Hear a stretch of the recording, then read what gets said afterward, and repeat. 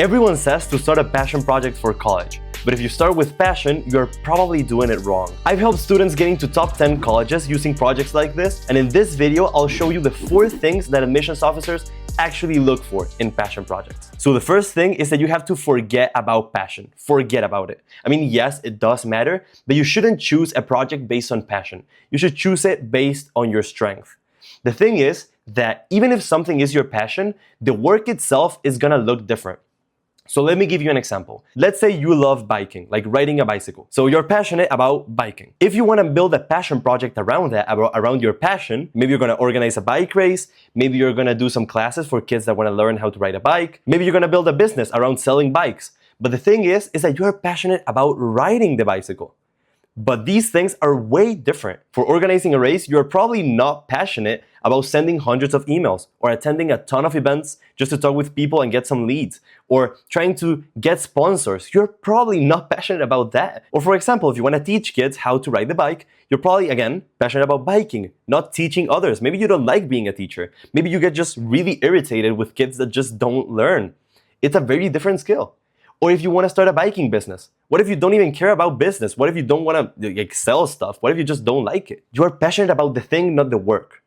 So before creating any project, clarify the work. You gotta understand what your work is to see if you're good at it. That's why you need the strength.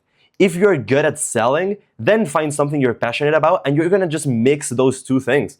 But you gotta start with your strength, not the passion itself. Because there are also always gonna be things that suck. Always. I mean, let's say you love a project. Let's say you want to go and do a mental health thing. Like maybe you actually love it. Maybe you're actually passionate about it. You love helping people. But at some point, you may get tired.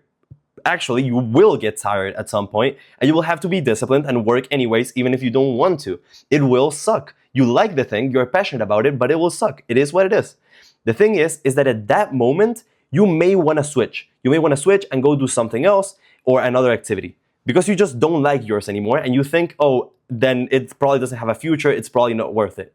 No, it is worth it because as soon as you change to that other thing, then you're gonna have the exact same problems and you're gonna keep switching. You're never gonna achieve anything like this. There's this saying I heard where, yes, the grass is always greener on the other side, but that's because you can't see the shit they use as fertilizer. Everyone has shit. Everyone, right?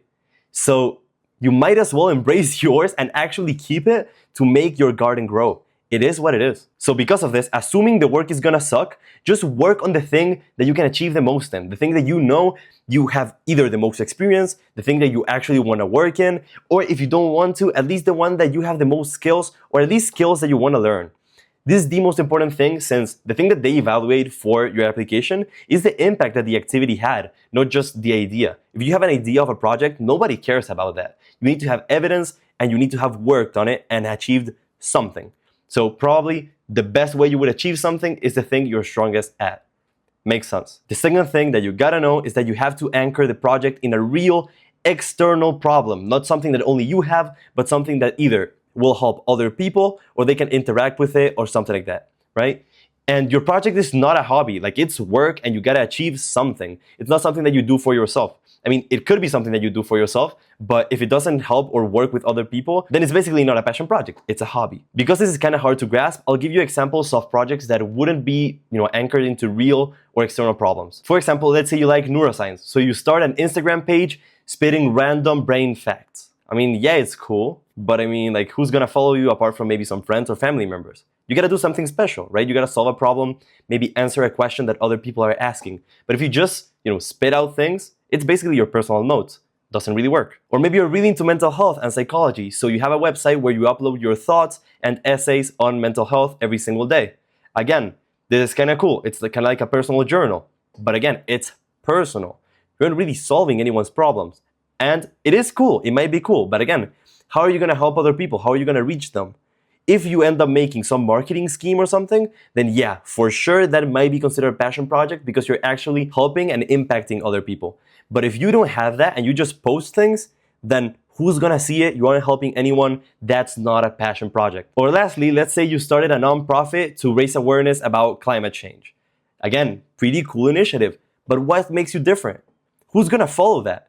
How are you gonna reach more people? How is this actually gonna help anything or any cause? Probably it won't. Being realistic. And if it does, then you gotta do other things to make it real and external. How can you solve a problem? Not just, do it for yourself. That's the key. And just to repeat it, you should solve problems for other people. This is such an important thing. You have to solve a problem, whatever it is, for free as a nonprofit, or as an Instagram page, or for money, whatever it is, you just gotta solve problems. That's the most important thing here. Then, really important, the execution must look serious, not just like some random thing, just as we mentioned. Not like that. A lot of the time you can fluff things up. You can really add some stuffing to activities that don't really mean anything just to make it sound good. And a lot of those just aren't really anything because they don't have any external proof. Let's say you have a nonprofit, but you haven't really partnered up with anyone. You don't have really any specific numbers on the amount of people you've helped. You haven't tracked stats. It's really important to keep track of those things and actually make things look serious, certified, whatever it is. It has to look, and hopefully it's like genuine interest, but it has to look like you are actually willing and really, really want to solve this problem that you were determined to. It doesn't have to look like you actually are doing it for just college admissions. It has to look like you actually want to solve this, even if you weren't applying to college, if you would actually do it anyways. And that's really important because they want to see sometimes that you would actually continue this in college, that you would continue to actually use the college's resources to keep growing this idea or this project. A huge hack for doing this, and it's probably the main point I want you to remember from the execution itself, is that probably your best move is to actually work with other people. Find partners, find peers to actually kickstart this and make it way, way faster. The biggest hack is to do things with other people. And this is so underrated. It's incredible how many people think they can do things by themselves, and they probably can, but they would achieve so much more with others. I mean, everyone's looking to do research with professors, but what about starting projects with people all across the country to actually make it a nationwide thing in the first try? And just to prove that this actually works and that it is a good idea to work with other people, one of our students got into Duke early decision, like right now, by having a project called Boost. It's the Boost Initiative. I think you can Google, look it up. And he started this with more people across the world, not only the US, like across the world, to just kickstart it really quick and do it in different places instantly, without having to scale one by one. Because obviously, if you have people all around the world, you can just start everyone in their own locations and you just kickstart it and it's instantly a worldwide thing.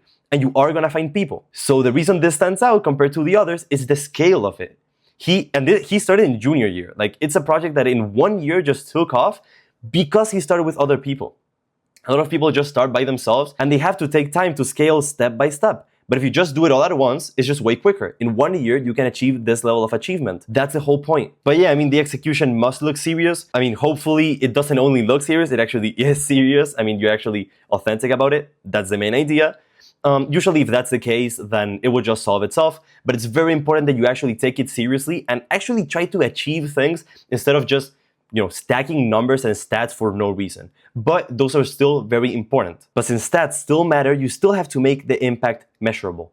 Try to choose something or do something, or at least if you have a project right now, think about how you can apply this where you can actually measure the impact and the things you're achieving. Because if you don't have anything or any stats or any numbers that you can say, then you're only gonna be spitting out ideas or random fluff that doesn't really add to the cause or doesn't really help you explain what you actually achieved there. It's just like what you did, which is not enough. It could be anything, it could be numbers, right? X amount of money raised, X amount of people helped, X amount of whatever.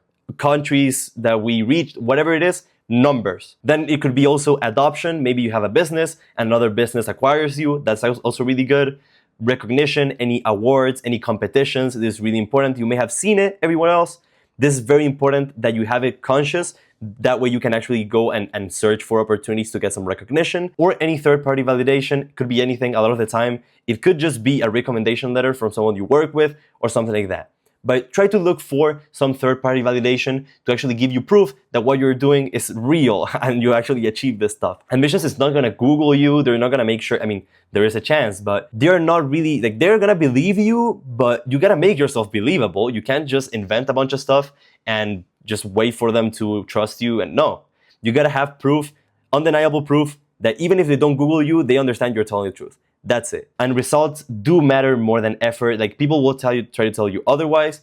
Effort will make for a really good essay even if it fails. But right now we're talking strictly about passion projects. So results are really the only thing that matters here. I mean, you can try all you want, but that's why also what you do matters.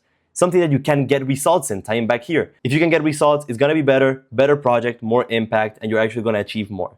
I mean, all of this ties together, but it's really important that you actually build a project where you can excel in, where you can actually work and achieve something. That's the whole point of it. Everyone can do something. Few people can do it exceptionally. And I feel like this is a huge shortcut, like all of this. Huge shortcut, so you can actually, make it there faster, since you only have like 4 years. And most really big things in the world take longer than that. So either if you're starting a passion project, or maybe you already have one, apply these things, make sure they are integrated, or at least you're conscious of them, since a lot of the times these things just happen. But if you're conscious of them, they are more likely to happen. Like, you're gonna actively search out these ideas in a way that is gonna help your activities, and it's gonna help your application.